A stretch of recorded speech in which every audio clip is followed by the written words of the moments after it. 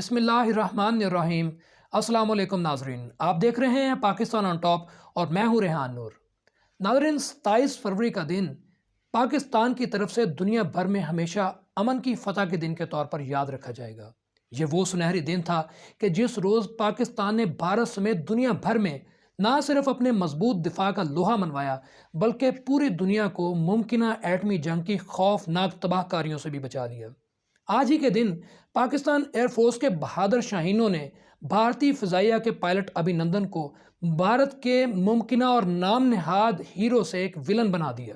یہ واقعہ 27 فروری 2019 کو پیش آیا اور آج کی تاریخ کی مناسبت سے آج کی ایپیسوڈ میں ہم اپنے معزز ناظرین کو اس واقعے سے جڑی ہوئی ایک ایسی پوشیدہ اور ایسی چھپی ہوئی حقیقت سے آگاہ کریں گے کہ سننے اور دیکھنے والے حیرت کا شکار ہوئے بغیر نہیں رہ پائیں گے۔ اور اس کے ساتھ ساتھ آج کی اس ایپیسوڈ میں ایک ایسی حقیقت اور سچائی پر مبنی بھارتی فلم کا بھی تذکرہ کریں گے جو ابھینندن کے اس ناکام آپریشن سے 2 سال پہلے یعنی 2017 میں بھارت میں بنائی گئی تھی۔ اس فلم کا ایڈوائزر بھارتی فضائیہ کا ریٹائرڈ ایئر مارشل تھا جس کا نام تھا سہماکتی ورتھامن، اور حقیقت کی اصلی زندگی میں یہ ایئر مارشل ابھینندن کا والد بھی ہے۔ اس طرح ابھینندن اور اس کے باپ نے مل کر فلم سے لے کر حقیقت تک کا ایک ایسا سفر طے کیا کہ وہی فلم جس نے بھارت میں 6 نیشنل ایوارڈز اور 3 بالی ووڈ فلم فیئر ایوارڈز اپنے نام کیے، وہی فلم 27 فروری کے اس واقعہ کے بعد بھارت کے لیے کسی خوفناک سپنے سے کم نہ رہی۔ ہوا کیا تھا، اس کی تفصیلات میں جانے سے پہلے، اس سٹوری کو آگے بڑھانے سے پہلے آپ کو تھوڑا سا یاد کروا دوں کہ آپ دیکھ رہے ہیں پاکستان آن ٹاپ اور میں ہوں ریحان نور۔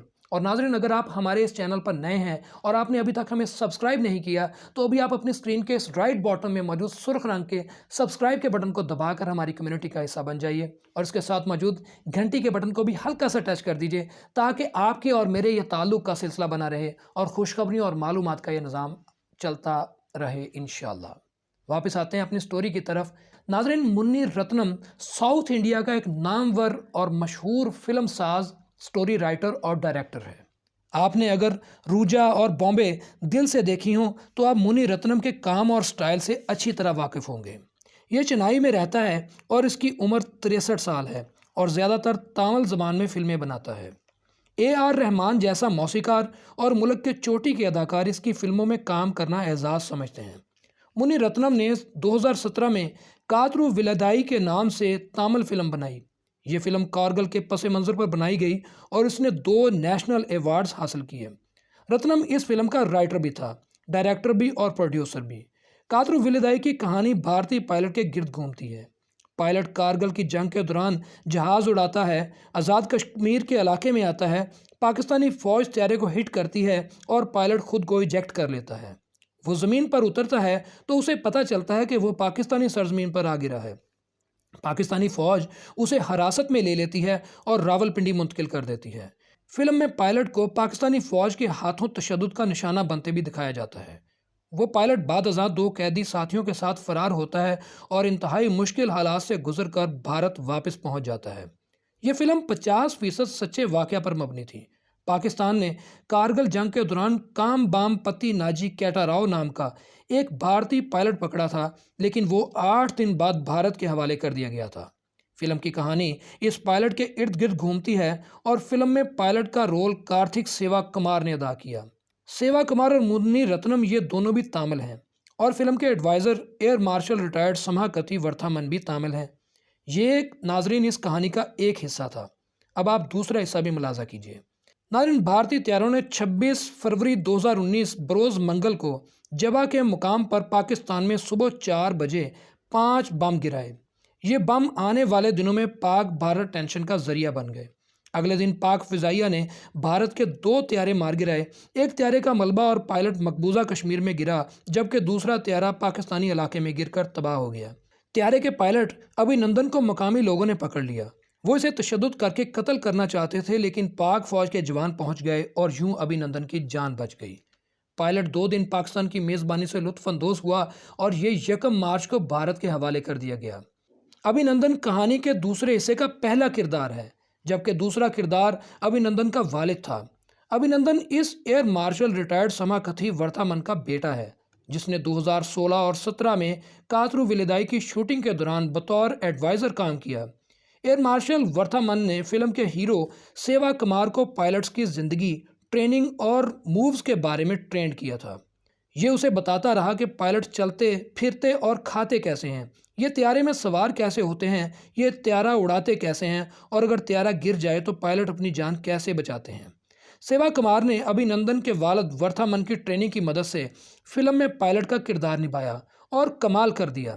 اور آپ پھر ٹریجڈی میں ملاحظہ کیجئے کہ فلم کے اسی ایڈوائزر ایئر مارشل کا اپنا بیٹا سال بعد فلمی انداز میں پاکستانی سرزمین پر گرا اور پاکستانی فوج کی حراست میں آ گیا۔ ابھی نندن 16 سال سے بھارتی فضائیہ کا حصہ ہے اور 34 سال عمر ہے، اور یہ تامل ناڈو کے ڈسٹرکٹ تھروپانامورا کا رہنے والا ہے۔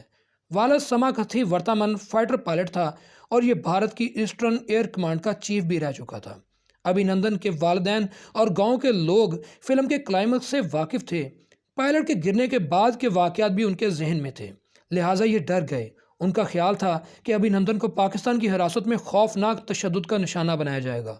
گاؤں کے لوگوں نے سوشل میڈیا پر پائلٹ کے ہجوم کے ہاتھوں گرفتاری، مار پیٹ، آنکھیں بند کر فوجی جیپ میں سوار کرنے اور پھر ہجوم کے جیپ کے پیچھے نعرے لگانے کے مناظر دیکھے تو ان کے دل اچھل کر حلق میں آ گئے، اور یہ لوگ مندروں میں بھی ابھی نندن کی رہائی کے لیے گھنٹیاں بجانے لگے۔ عمران خان نے ابھی نندن کی رہائی کا اعلان کیا تو ان لوگوں کی جان میں جان آئی اور یہ ایک ایک منٹ گن گن کر گزارنے لگے۔ 1 مارچ کی رات 9 بجے پائلٹ نے واگا بارڈر کراس کیا تو لوگوں نے گاؤں میں ڈھول اور تاشے بجانا شروع کر دیے۔ فلمی کہانی کاترو ولیدائی کا کلائمیکس ابھی نندن کی بحفاظت واپسی سے ذرا مختلف تھا۔ فلم میں پائلٹ شدید تشدد کا نشانہ بنتا رہا اور پھر حوالہ توڑ کر بھارت پہنچا، جبکہ ابھی نندن کو پاکستانی وزیر اعظم نے گڈ ول جیسچر کے تحت تیسرے دن ہی بھارت کے حوالے کر دیا۔ لیکن سوال یہ ہے کہ انڈیا اگر اس کے باوجود باز نہیں آتا، یہ پاکستان کی عاجزی کو کمزوری سمجھنا بند نہیں کرتا، یہ امن کی خواہش کو پاکستان کی فراخ دلی نہیں سمجھتا، اور یہ ٹینشن اگر اسی طرح بڑھتی رہتی ہے تو کیا پاکستان مستقبل میں بھی پائلٹوں کو اسی عزت اور احترام کے ساتھ فوجی یونٹوں میں رکھے گا؟